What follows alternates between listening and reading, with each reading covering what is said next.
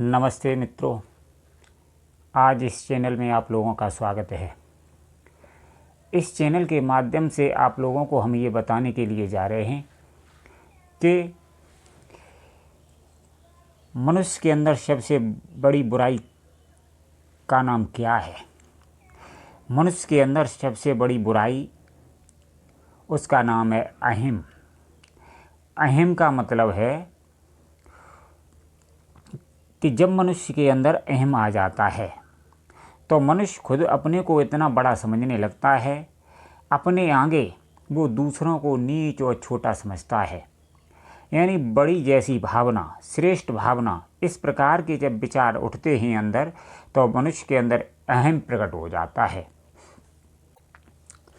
जब अहम प्रकट हो जाता है तो निश्चित मानो, जब मनुष्य के अंदर अहम प्रकट होता है और अहम के अनुसार ही अपना व्यवहार करने लगता है, तो ये मानो कि उसका पतन निश्चित रूप से चालू हो जाता है। पेड़ों से हम क्या सीखते हैं? जब पेड़ों पर, वृक्ष पर फल आते हैं तो पेड़ झुक जाते हैं।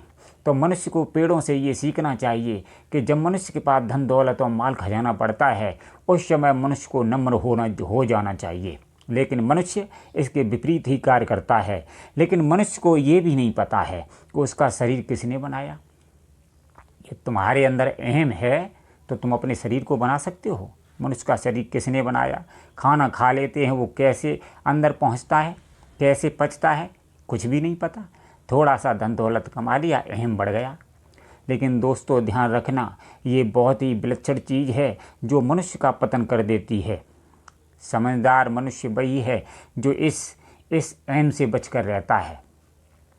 जब मनुष्य जीवन जीता है, धन दौलत माल खजाना बढ़ता है, तो अहम तो निश्चित रूप से आना है।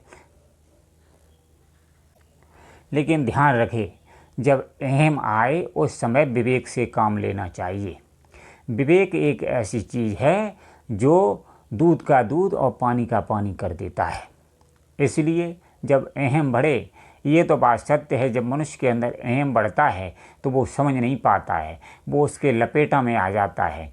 अहम जब आता है तो निश्चित रूप से मानो कि मनुष्य का पतन निश्चित है। अपने किसी भी गुण पर अहम नहीं करना चाहिए। हाँ, अहम तो आता है, लेकिन उसे विवेक से काटना चाहिए। जो भी मनुष्य अपने अंदर अहम को नहीं परख पाते हैं, एक न एक दिन उनका निश्चित रूप से पतन हो जाता है। अहम एक अवगुण का रूप धारण कर लेता है, और ये जब अवगुण का रूप धारण कर लेता है तो धीरे धीरे मनुष्य पतन की ओर अग्रसर होने लगता है। और पतन की ओर अग्रसर होते होते एक दिन वो आता है कि वो 0 पॉइंट पर पहुंच जाता है। इसीलिए ध्यान रहे, जब भी आपके पास धन दौलत माल खजाना बढ़े, आपका व्यवहार बढ़े, तो अहम नाम की चीज़ नहीं बढ़नी चाहिए। यदि अहम नाम की चीज़ बढ़ गई तो आपका पतन निश्चित हो जाएगा। समझदार मनुष्य वही हैं जो इस अहम नाम की बीमारी को अपने से दूर रखते हैं। अरे बड़े बड़ों का अहम ने पतन कर दिया। इस धरती पर कोई भी ऐसा नहीं है जिसके अंदर अहम बड़ा हो, वो नष्ट न हुआ हो। रावण को कितना अहम था, भगवान राम ने भी उसे पछाड़ दिया। कंस को कितना अहम था, भगवान कृष्ण ने उसको मार दिया।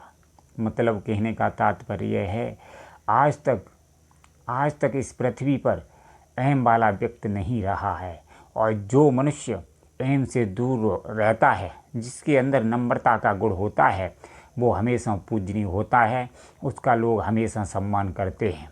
इसलिए समझदार मनुष्य वही है जो इस चीज़ को अपने अंदर नहीं आने देता है। ये तो सत्य है कि जब अहम बढ़ता है उस समय हम अहम के चक्कर में फंस जाते हैं। लेकिन मनुष्य के लिए ये संकेत है, भगवान का ये संकेत है, परमात्मा का ये संकेत है कि हर समय मनुष्य को सद्ग्रंथों का अध्ययन करना चाहिए। सद्ग्रंथों का अध्ययन करना चाहिए और सत्संग सुनना चाहिए, जिससे हमें ये ज्ञान हो जाता है कि अहम हमारी एक सबसे विनाशकारी जड़ है। जब हम इन ग्रंथों का अध्ययन करते हैं, सत्संग सुनते हैं, तो हमारे अंदर ये चीज़ पनप नहीं पाती है। जब हमारे अंदर ये चीज़ नहीं पनप पाती है तो हमारा जीवन सुख में कटता है। इसलिए भाइयों, मैं आपको एक ही बात समझाने के लिए जा रहे हैं, यदि आप अहम के चक्कर में फंस गए तो निश्चित रूप से किसी न किसी दिन निश्चित रूप से पतन हो जाएगा। यदि आपने अपना जीवन सुखमय काटना है तो अहम को अपने जीवन में नहीं आने देना है।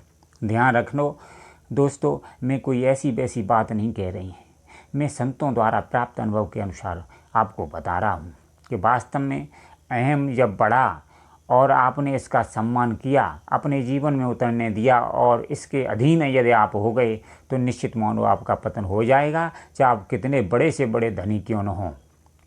इसलिए हमेशा इस बुराई से दूर रहना, तो ही आपका जीवन सुखमय कटेगा। यदि आपके जीवन में यह बुराई प्रवेश नहीं करेगी तो आपका जीवन निश्चित रूप से सुखमय कटेगा।